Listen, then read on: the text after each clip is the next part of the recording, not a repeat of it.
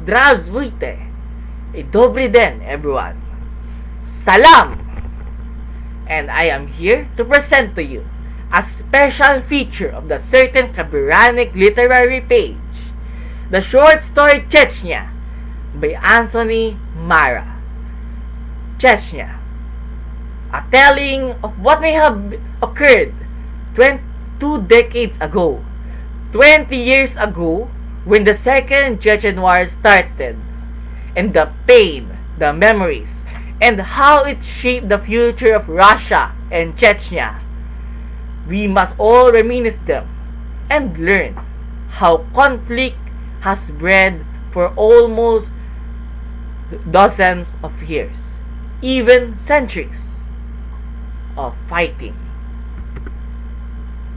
To start with, Anthony Marre is an American writer whose portfolio currently consists of the short story Chechnya and the novel Constellation of Vital Phenomena, which is based on Chechnya.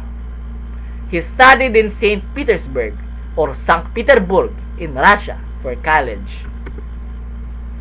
According to him, there are 3 main inspirations. First is the Russian veterans begging at metros for alms. Second is the murder of journalist Anna Politkovskaya, who investigated the Russian incursions into Chechen territory. And third are the non-fiction accounts of Chechnya, the stories of the common people, the civilian, the ones that are not just soldiers or the leaders of the story. And the story focused on the traumas of war, particularly on children, and the moral dilemmas of the risk of good deeds. For his efforts, the short story Chechnya and Anthony Marre obtained the following awards. First, it bagged first place in the Spring 2009 Story Contest, and in 2010, it was bequeathed the Pushcart Prize and the Narrative Prize. And lastly, in 2013, it won the Whiting Writers Award, which is only given to 10 emerging American writers per year. And now, with Anthony Marre's background explained, we will now go on to the background of Chechnya itself. What is Chechnya? Why is Chechnya? How is Chechnya? And who is the soul and the current leadership of Chechnya? To start, it is called the Republic of Chechnya, or the Respublika Chechnya. It is our constituent Russian Republic, which means that it is Russian territory, and it has a majority Muslim population based around its capital city of Grozny. Chechnya is located in the mountainous region in North Caucasus, linking both Turkey and Russia above in order to, say, make a bottleneck between those locations. Meanwhile, it also borders the Caspian Sea and other lakes in the region, and it has links to Iran. We will see how this geographical status affected Chechnya in the long run.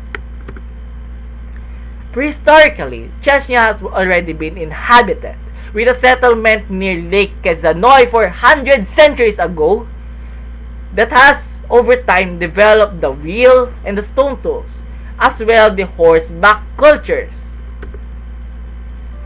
In the 13th century, the first Mongol invasion crippled the northern Chechen ancestors, the Durzuks, forcing them to flee and wage mountainous guerrilla wars. They retook their land soon, albeit with a heavy cost of life and the loss of Durzukistan, which is the first city of the Chechens. Next, in the 14th century, Timur-Lenk almost ended the kingdom of Simsir, the 14th century Chechen king, although they soon made peace, and in recognition of that peace, Timur-Lenk gifted his saber to the Chechens. Timur-Lenk once said to his commanders, Tamerlan's kasal, Svoim kumandiram. Have you taken away their fondar? The fondar is the iconic musical instrument of Chechens. If you haven't taken away the fondar, you only destroyed their army, but you didn't subjugate them. Around this time, in order to appease the Mongols, the rulers of Sincere formally converted Islam into their state religion. Originally, the rulers and their subjects were pagans or Christians. Although this failed in the long run, as son Tamerlane appeared, and Tamerlane is a different breed of Mongols. In the long run, however, a French emissary said that the Chechens or the Dudzuks are one of the few races to not bow down to the invaders, to the Mongols. However, they were severely damaged, with a lot of Chechens lost in the battles, with their capital cities razed to the ground and made history, allowing for the Ruskaya Imperia, or the Russian Empire, to encroach on their territory. And thus, in 1722, Peter the Great made moves towards Chechnya because, first, it is the direct link to Turkish commerce. With Chechnya in its hands, Russia could directly transport goods down to Turkey, which was dominating the economy of Europe back then. And second, it was the foothold near the Caspian Sea against the Persians, who were also competing for the areas near the Caucasus. The Caucasian expansion, or the expansion of Caucasus, the cross was the justification of the Russian Empire, which was majority Orthodox Christianity. However, it only solidified Islam as the religion of liberation. It was the vogue, or the trend, for a Chechen to convert to Islam to signify their resistance to the Russian rules. In this timeline, in 1783, the Treaty of Georgievsk limited Persian influence on northern Caucasus and thus Chechnya. And in 1794, Transcaucasus Islamic State proponent Mansur Ushurma, a Chechen, is killed.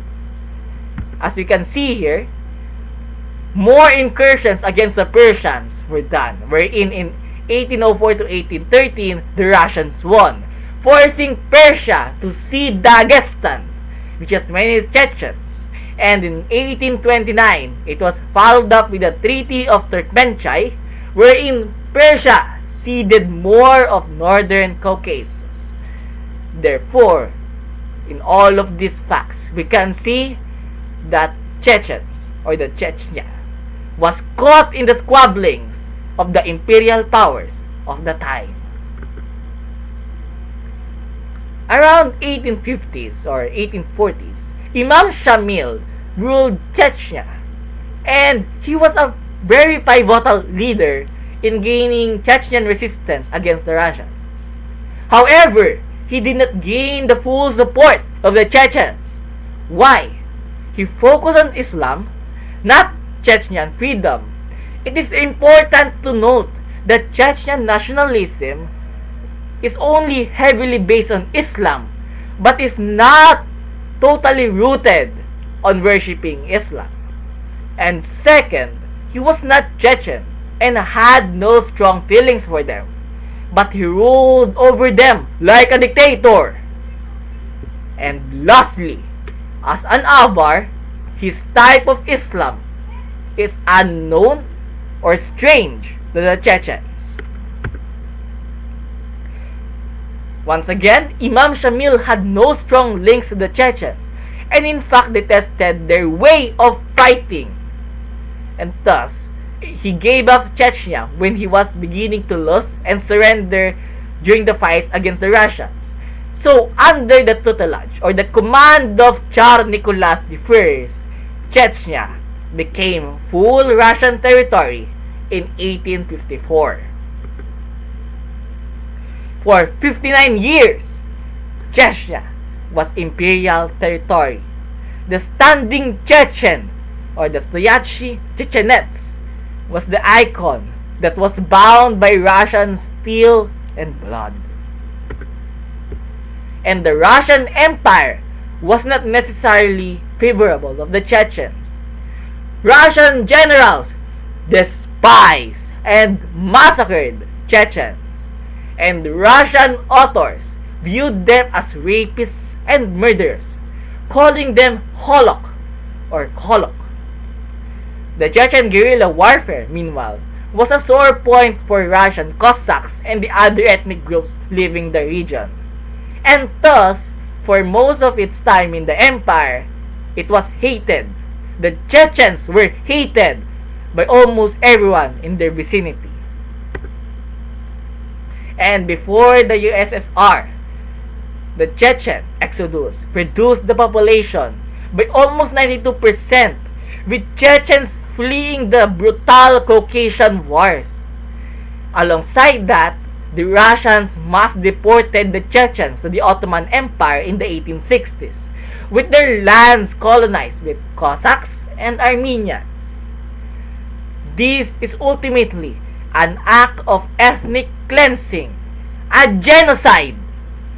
Genocide against the Chechens. However, World War I caused the already buckling Russian Empire to collapse in 1917. And in 1917, Chechnya, Ingushetia, and Dagestan formed the United Mountain Dwellers of the North Caucasus, or the UMDNC, wherein it was independent for the next 4 years until the USSR came in, wherein they destroyed the UMDNC in 1921, turning Chechnya into the Sovetskaya Chechnya, or Soviet Chechnya. However, the War of Independence is once again gearing up.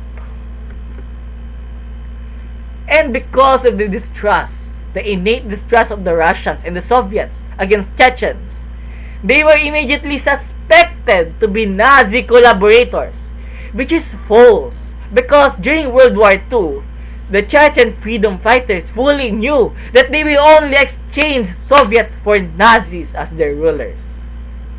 Despite all of that, however, Joseph Stalin almost deported the Chechens of the Checheno-Ingush Autonomous Soviet Socialist Republic in what is called Operation Lentil in 1943. Also called Chechevitsa or the Aardaks, 60% of all Chechens were deported to Kazakhstan or Siberia, wherein 2 out of 7 Chechens, who initially numbered 700,000, died due to the harsh winter of their area, wherein they were not suited for.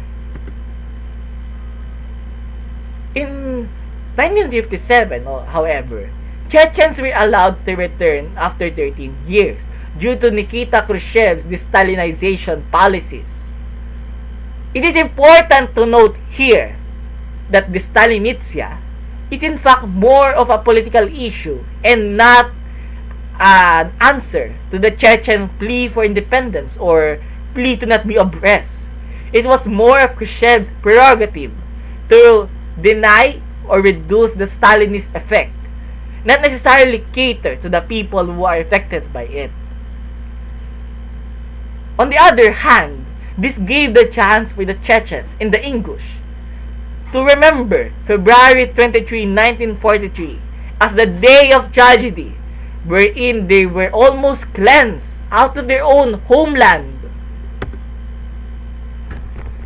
And thus, they continued on for 5 decades until in 1992, the USSR collapsed. And in 1992, that was already 1 year after the USSR itself buckled. And thus, Communist puppet President Doku Savgayev was deposed. and Dzhokhar Dudayev became the president, proclaiming the breakaway of Chechnya. However, just because Chechnya is independent does not mean that the Chechens are free, because Dudayev declared direct presidential rule without a parliament, which he dissolved after the opposition attempted a coup d'etat. In essence, Chechnya was now a dictatorship. And in 1994, after 2 years of that dictatorship, the First Chechen War started, or the Первая Чеченская война.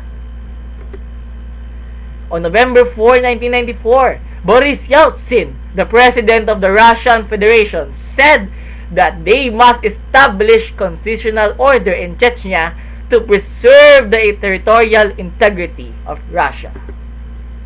In this timeline, in December 11, the Chechen Air Force is destroyed, although many Russian soldiers quit or refused to participate in the invasion, ranging from the lowly foot soldier to the deputy commander Edward Vorobyov, who was the leader of the Russian ground forces. Meanwhile, in December 1994 to January 1995, Grozny suffered the heaviest bombing campaign since the 1945 Dresden raids, and Grozny was the most war-torn and destroyed country in the decade before the second millennium struck. And on New Year's Eve, 1,000 to 2,000 Russian soldiers died. Next, a total of approximately 27,000 civilians, most of them Chechens, died in the first 5 weeks, while Shamil Basayev then used the language of jihad against the Russians. Meanwhile, as Russia continued its brutal policies of cleansing and destruction of the Chechen territories, criticism amounted from the Kazakhs and the Dagestanis, although that did not stop Russia. And in June 1995, 100,000 civilians have already died. It is important to note here that Shamil Basayev is basically the second round of Shamil, as he is a well-known but brutal Chechen leader, just like Imam Shamil. It all culminated in the Budyanovsk hospital hostage crisis in 1995, wherein 129 civilians died, while 415 were injured. Many hostages were women and children. In a compromise, the bombings on Chechnya were stopped, while the Russians were severely demoralized. And thus, on April 1996, a Russian missile attack blows apart Dzhokhar Dudayev, and Zemlik Khan Yandarbeyev takes his place. This is then followed by the climax of the National Security Advisor Alexander Lebed, which halted a planned total bombardment of Grozny.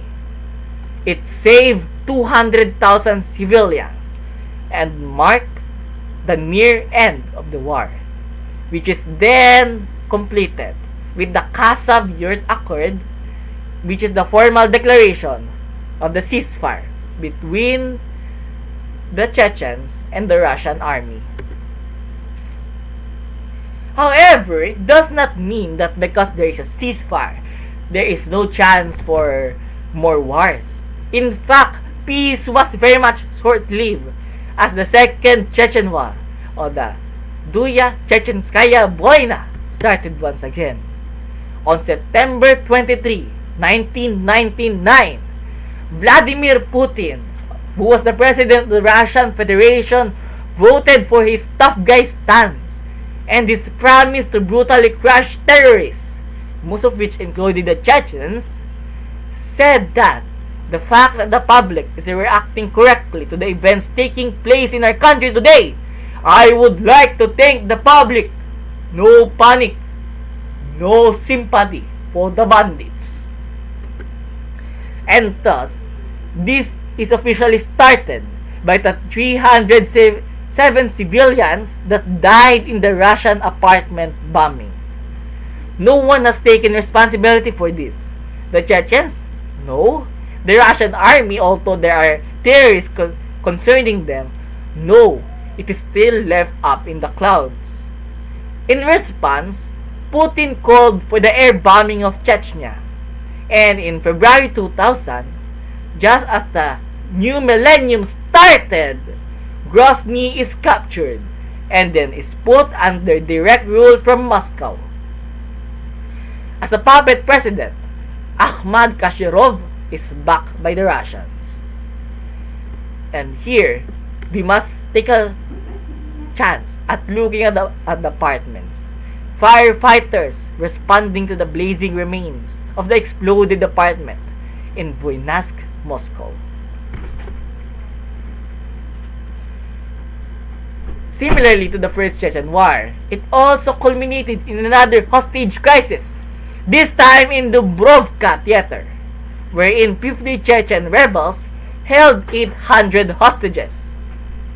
Later, Russian special forces pumped narcotic gas into the theater, killing 120 hostages and all rebels. Afterwards, this caused the March 2003 referendum, wherein the majority still voted for Chechnya to be a part of the Russian Federation, strangely enough. This is then followed up months later when Ahmad Kadyrov is elected, but later in May is killed via a bomb blast that Shamil Vasayev claimed responsibility for.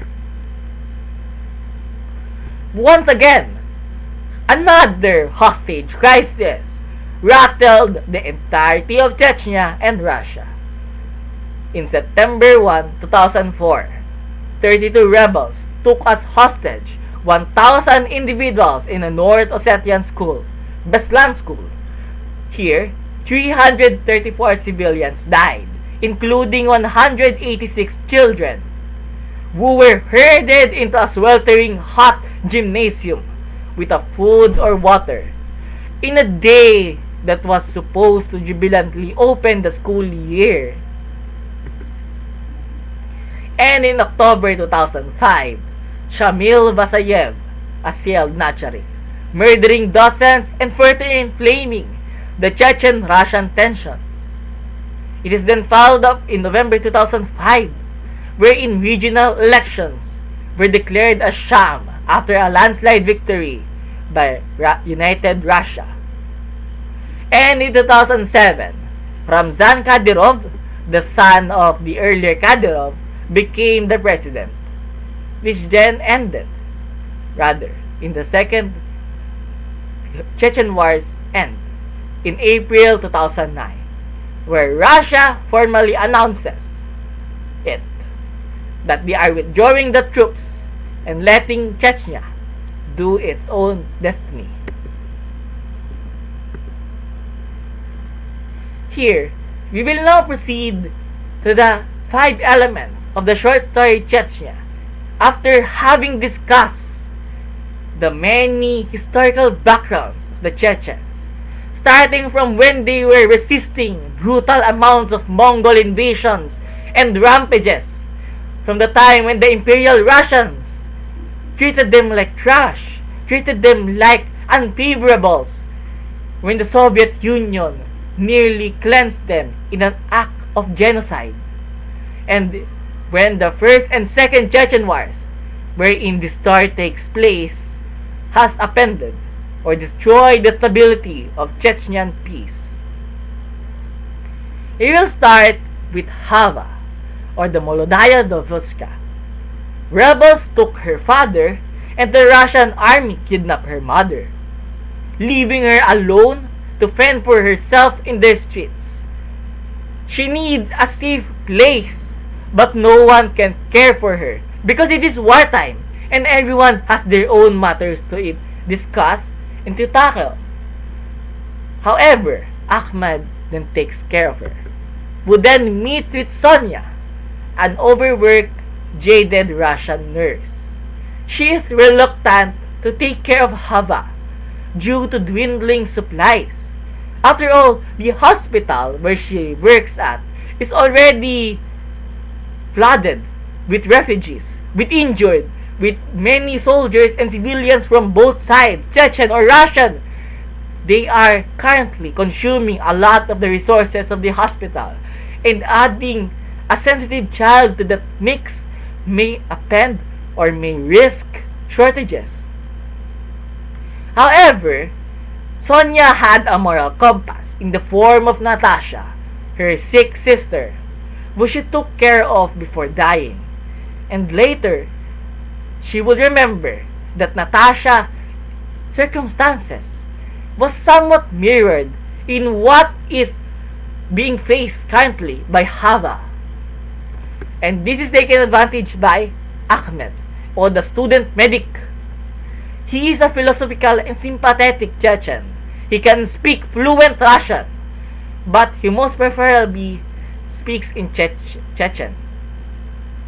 He was a medical student before the war, signifying that Chechens are not just freedom fighters. They can also be higher men of learning. They can strive for greater heights, just like Russians do. And that is what Ahmed would have been had the war not struck and his studies not stopped. And he was keen on offering himself for Hava. Offering, in this case, meant that he was aiming to offer his services, his knowledge as medical student, in order to convince Sonia. And Sonia then goes back to her memories of Natasha, of the Shertba Sestra, the abused sister. Natasha suffers from hepatitis C, with cigarette burns indicating significant abuse while in Italy. Sonia's moral compass, however, still serves as Natasha. Although Natasha at this point was lethargic and trauma-filled due to the damages that was wrought upon her by her Italian employers. Meanwhile, the setting is in the Second Chechen War, probably between 2000 and 2004. It is primarily taking place in the hospital in Chechnya, or the Bolnitsa Vychetche. It is understaffed, which Ahmed uses to offer himself as an aid for Hava's sake, and is well kept. It has food and water, and is aided by international groups. Additionally, it is not bombed because it is neutral to Russians and Chechens. It accepts everyone. Unfortunately, accepting everyone has caused its supplies to dwindle. Another setting in the story is Sonia's house, or the Dom Sony. There is no electricity due to the Russian army cutting off the electric lines, and it uses a furnace for cooking potatoes. It has a bed for Natasha, who is lethargic once again due to trauma. The conflict that the short story mainly presents is that it is practically Sonia versus herself, woman versus herself, man versus himself. Sonia's decide whether to keep Hava and risk more stress on the hospital's finances or not accept her, leaving her alone and vulnerable on the streets. Soon, however, due to Ahmed's deal, she accepts. And thus, with Ahmed, that is also another kind of conflict, woman versus man. Ahmed tries to convince Sonia to let Hava reside at the hospital, and she is reluctant at the start. However, she accepts when Ahmed will assist her in her duties as a nurse or a doctor as a part of the deal. We will now illustrate the plot of the whole thing. First, we will start with the introduction, or the vystuplennia. Sonia is sleeping on a cot or a camp bed in the trauma unit. She cannot return home due to massive hospital duties. She only practically wears hospital scrubs. No time to wash other clothes. Because, once again, there is a lot of people coming and going into the hospital. And here, Ahmed's presence rouses her from her sleep and culminates in the rising action, or the Rastishi Desbi. Ahmed explains how Hava's parents have disappeared and no one can take care of her. Sonia is reluctant to accept her, saying that the hospital is not an orphanage. During this point in time, Ahmed tries to guilt her into accepting Hava. And thus, the climax, or the culmination, that is, Sonia flashes back to the times she took care of her abused and lethargic sister Natasha, who served as her moral compass, and she saw the image of Hava in what was the status of Natasha. Ahmed, meanwhile, offers to help her as a nurse in exchange for Hava having a refuge. She accepts due to the moral needs and the fact that she, of course, necessitates another hand in a hospital wherein most of the doctors and nurses have already fled. In the following action, Ahmed is now suited in the scrubs, and Sonia shows him around the hospital. He asks about the medical equipment and material, showing that he's fully serious and knows what he is doing. And lastly, in the denouement, or the Razvyatska, Ahmed muses about the impermanence of life being in one place, the hospital, as he sees that the only two wards open are the trauma, which is more related to death, and the maternity, which is related to new lives. Sonia wonders if he is in fact religious. Now that we have finished with all the plot, with all the characters, with all the settings, we will now go to the message of the story. As with Sonia, people make difficult war decisions, and each good deed has a trade-off and risk. If Sonia accepted Hava, then there is a possibility that they may not be able to cater to Hava's needs due to shortages. Second, children are extremely vulnerable to during wartime and are at the mercy of adults they may not even know.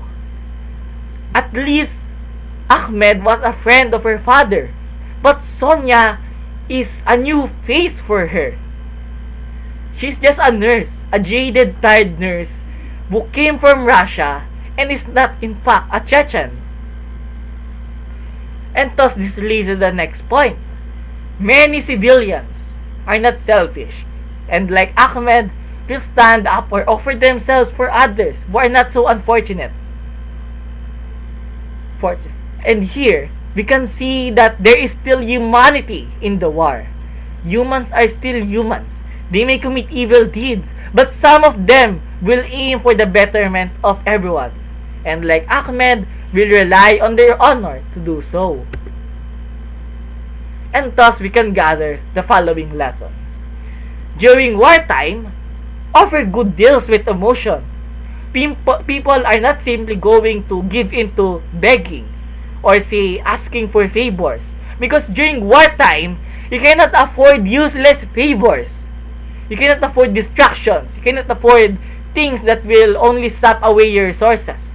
So, once again, you must make deals during war. And during war, that is work.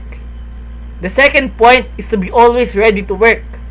As with Sonia or Ahmed, it is not always just your life on the line. The third lesson here is that we must not raise children in an unstable or war-torn area. As parents, we must plan out emergency exits for their survival and flee as soon as possible. And lastly, We are lucky people that do not have wars. We Filipinos have not suffered a war in 7 decades. In say, we are Luzoneños who did not bear the brunt of the Marawi siege, who may have experienced the same things as these people did. Thus, we cannot just judge wartime civilians by the decisions they had to make. They may be cold equations. They may seem rather wasteful or rather emotion driven. They may even seem brutal. But then again, they are people operating under the duress of wartime. And as normal people trying to live their lives and survive, we cannot just simply mock them for the decisions that they made. And thus ends the story of Chechnya. Many lives have been lost. Approximately 200,000 lives have been destroyed or perished during this war. And you must take care to learn from them, to remember them, reminisce about them. As these diplomatic policies, their wars, have culminated in a drastic turn for Russian democracy. At the end of the Chechen wars, Putin managed to successfully centralize all power into him, making him a de facto dictator. And as a dictator, he is currently ruling for 15 years now. 15 years up to now. And we only know him as president. But he is in fact much more similar to Stalin, to the Soviet premiers. And that is an important thing to know. Why is Putin so powerful now? It is because he built on the blood and the tears shed during the Chechen wars. And once again, the story of Chechnya, as seen from the perspective of a jaded nurse, a child, a medical student, an Aviatican journalist, a Kabiranic journalist from the Philippines. And I hope that you learned something from this discussion. Once again, Zdravstvuyte I dobry den.